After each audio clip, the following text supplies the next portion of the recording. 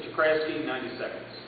I wonder the Republican policy that put us here. I understand that it's a bipartisan war, that Obama has completely and totally accepted the Bush invasion of Afghanistan, and the timetable to me is insufficient. We need to bring them home now. I don't want to see the end of our troops in Kabul looking like the rooftops in Saigon in April 1975. But at the same time, we have to get our people out because we don't belong there. They don't want us there. We've lost any moral right that we have to be there when we bomb wedding parties, when we commit extrajudicial assassinations of not just Afghan citizens, not just Pakistan citizens, but of American citizens who are living in the Afghan-Pakistan region. To me, we have no moral authority when we execute people who are suspected terrorists. The American ideal is due process of law. The American ideal is fairness to all under the rule of law. And when we do these unmanned aerial drone strikes and we're continuing to kill people without taking hostages or prisoners, not hostages, without taking prisoners of war and trying them to civilian courts, we've lost our way. And I think that we need to reconnect with who we are as a people. We are the American people, and we believe in peace, justice, and freedom. Mr. Hutchinson, 90 seconds. We do believe in peace, justice, and freedom. And that's why I'll be going on November 6th to New York City for a regional meeting where we'll begin to organize against the wars, a rally and march on April 9th. And I invite all of you to go at the St. Mark's Church Cathedral in New York. And there we can actually really begin to take that power and decide, like they did during the era of Vietnam, like we built a civilian movement that supported the troops and it was actually responsible for getting the troops out of there. And by the way, just a little side note, in Vietnam, by 1971, Nixon had considered the troops a liability in Vietnam because they refused to fight.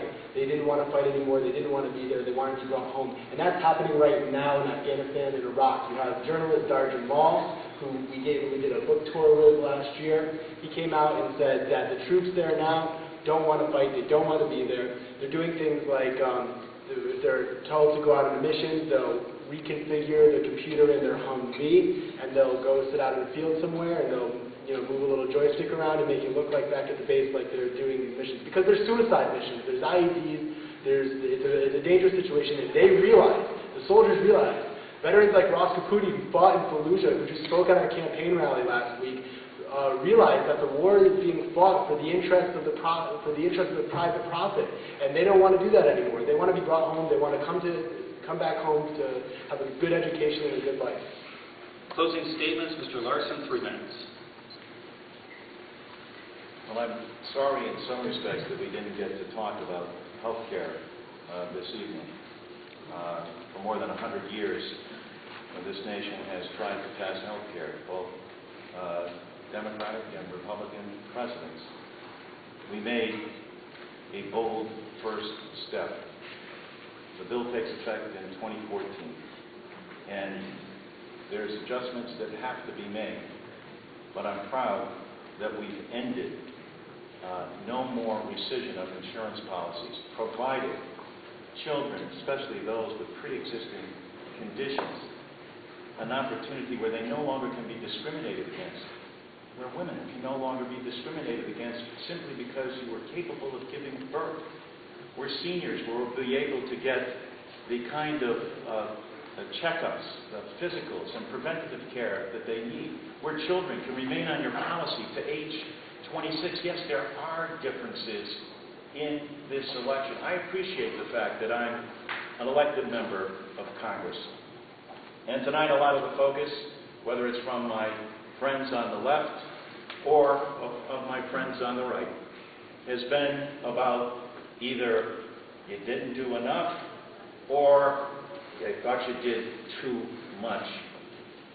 Doing nothing is not a decision, and being in the midst of a crisis and having to make difficult decisions is what this job is about. But it's also about doing that within the context of 435 other members in the House and 100 in the Senate. I will always represent the people of this district and its interests.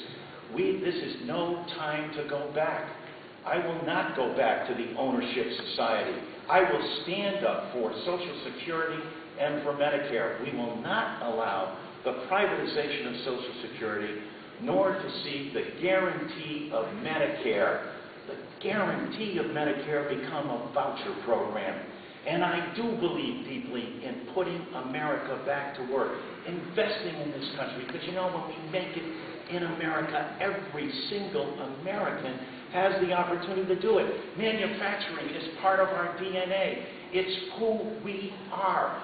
We've gotten away from that as a country, but with investing in education, with investing in health care, with investing in energy, and in making sure that we're making those investments here in America, that's what we need to do. I hope making these difficult decisions in this god-awful time of negativity, that we can find what Roosevelt said, the warm courage of national unity to bring us all together to solve these problems. I thank my candidates for participating in this great democracy of ours.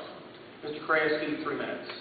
Congressman Larson just said a couple of things I want to get to before I finish my opening statement. He said that we don't want to return to an ownership society. In democracynow.org this morning, I read that 74 individuals in the United States control as much wealth as 19 million people. That is an ownership society. To me, the fundamental gap between rich and poor needs to be addressed, and it needs to be addressed now with tax cuts on those 74, or tax increases on those 74 people. Second of all, he talked about health care.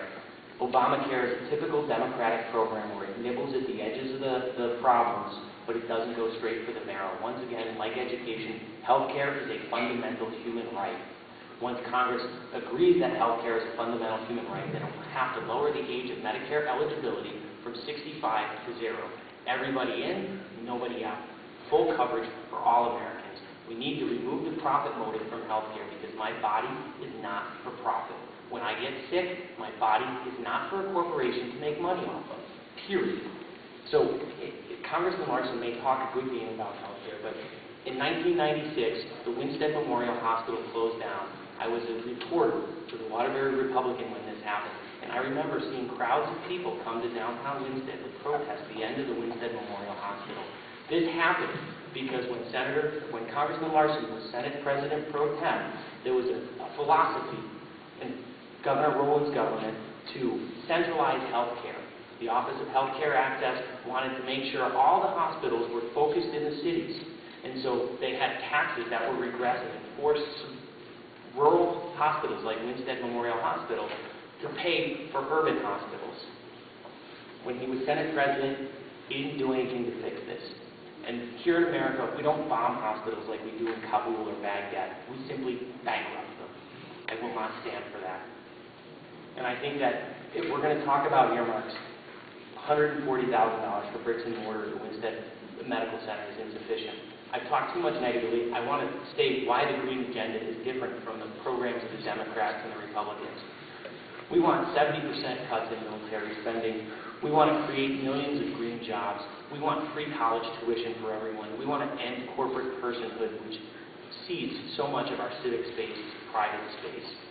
We want to reform the financial industries. We want to make sure that there's pure electoral reform. Every vote should count. We should look at different ways to make sure that we increase participation. 55% of Americans participate in our democracy. This is a horrible thing. People have died for our right to vote, and we can't seem to get people to think that it's important because of special interests. The Green Party is beholden to no one, and I hope that you'll support me that time on November 2nd. Thank you. Mr. Hutchinson, 3 minutes.